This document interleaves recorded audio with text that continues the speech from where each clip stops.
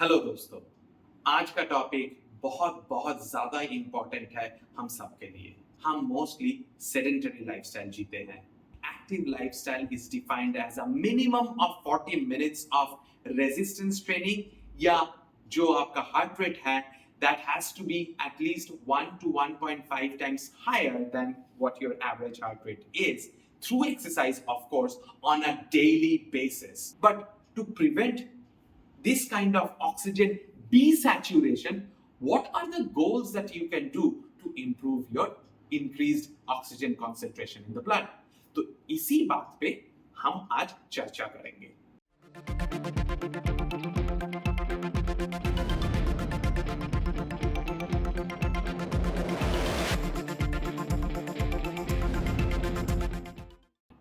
As per definition by American College of Sports Medicine, active lifestyle is defined as a minimum of 40 minutes of resistance training, या जो आपका heart rate है that has to be at least 1 to 1.5 times higher than what your average heart rate is through exercise, of course, on a daily basis.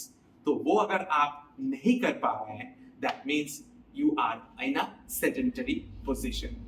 इसका मतलब ये हो सकता है कि आपका ब्लड ऑक्सीजन लेवल धीरे धीरे कम होते जाएगा।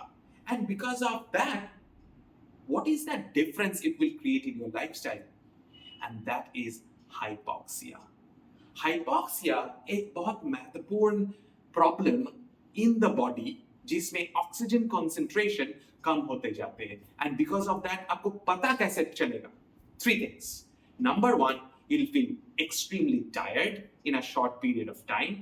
Number 2, you certainly will be fatigued, and obviously you will be sleepy at the end of the day's work.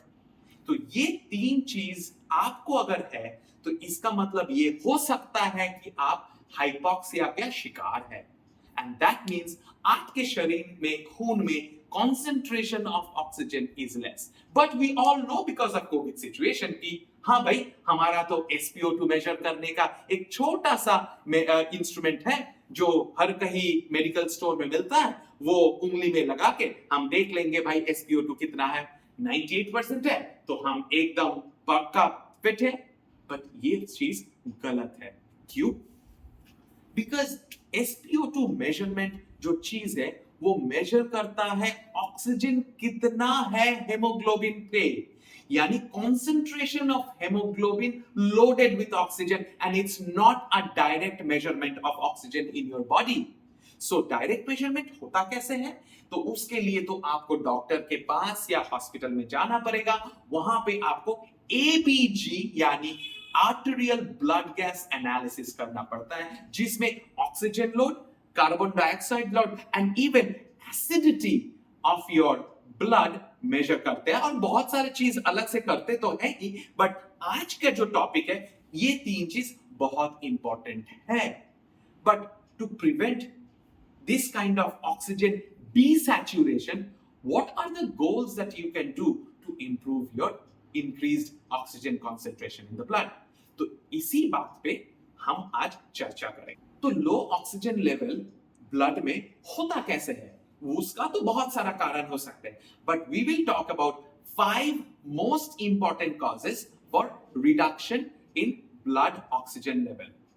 Number 1, nasal blockage. अगर ज्यादा म्यूकस है, रनी नोज है, तो उसके चलते आपका ऑक्सीजन तो आएगा नहीं लंग्स में, तो ऑब्वियसली उसमें रिडक्शन इन ऑक्सीजन लेवल होगा। Second, any kind of respiratory disorder, यानी एस्थमा हो या ब्रोंकाइटिस हो या COPD, जो ज्यादा स्मोक करते हैं उनका तो लंग में डिसफंक्शन होता है, तो उसमें एक बहुत बड़ा कारण है। Number 3, any kind of low blood pressure. कोई भी कारण से अगर low blood pressure in a severe format chronically अगर देखा जाए तो उसमें भी लेस ऑक्सीजन लेवल होता है। Number 4, low haemoglobin concentration in the blood. जो ज्यादा एनीमिक हो तो ऑब्वियसली उनका तो एनीमिया के कारण ब्लड वॉल्यूम कम होगा या हेमोग्लोबिन कॉन्सेंट्रेशन तो कम होगा ही होगा। Lastly number 5, obstructive sleep apnoea. इसका मतलब ये है सडन बंद हो जाता है ब्रीदिंग, फ्रीक्वेंट ब्रीदिंग रात को सोने वक्त, जो खुद को पता भी नहीं चलता है। इसके लिए SpO2 लेवल झट से ड्रॉप हो जाता है and that is a very very deadly disorder. You need to go under supervision of a medical professional. तो अभी हम डिस्कस करते हैं top 6 ways to increase oxygen saturation in the blood. Number 1, exercises. वो कार्डियो बेस्ड भी हो सकता है या स्ट्रेंथ ट्रेनिंग भी हो सकता है।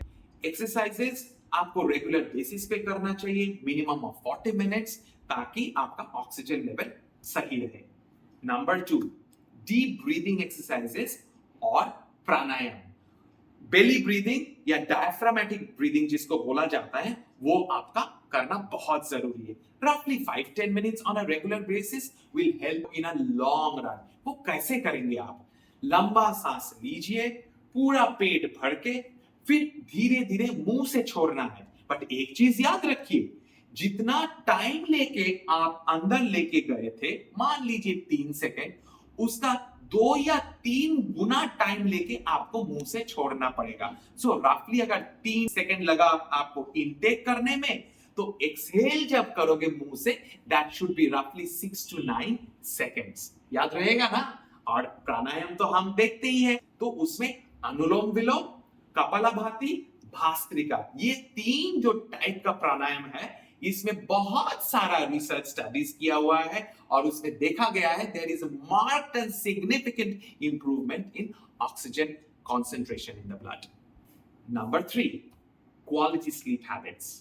8 hours of sleep and early to bed, early to rise. Correct? तो जितना आप जल्दी हो सके आफ्टर सनसेट, आप 9 या 10 बजे तक सोने चले जाते हैं, that would be the near the perfect time for you to go to bed. तो रफली अबाउट 8 आवर्स, यानी 5-6 बजे तक आप उठ जा सकते हैं and you can start your pranayama on a daily basis with that. Number 4, food and supplements. ये जो ट्रेस मिनरल्स होता है, ये कोई भी नट्स अगर आप लोगे, उसमें बहुत हाई कॉन्सेंट्रेशन है। For example almonds, hazelnut, walnut. In fact, certain vegetables like broccoli and spinach, उसमें भी आयरन सबसे महत्वपूर्ण है। फिर copper, zinc, magnesium, manganese, this helps to improve strengthening of the walls of the blood vessel और haemoglobin का carrying capacity of oxygen भी बढ़ाता है। Also, higher concentrations is achieved in any kind of seafood, especially shellfish like oysters. दूसरा part of supplement है vitamins. Multiple studies have shown कि vitamin C और E बहुत बहुत इंपॉर्टेंट है to improve blood oxygen concentration level. और ये कोई भी सिट्रस फ्रूट्स में मिलेगा, लेमन एंड लाइम, नींबू पानी से आएगा, और even nuts will also have certain amount of vitamin. Number 5, smoking quit करना बहुत जरूरी है। Why? Because research saying that smoking quit करने के बाद lung function 30% तक बढ़ जाता है। Lastly, number 6, use of spirometer. ये तो कोविड के टाइम पे हमारा फैमिली में किसी ना किसी को तो कोविड हुआ होगा और मेडिकल प्रोफेशनल प्रिस्क्राइब करते हैं स्पायरोमीटर।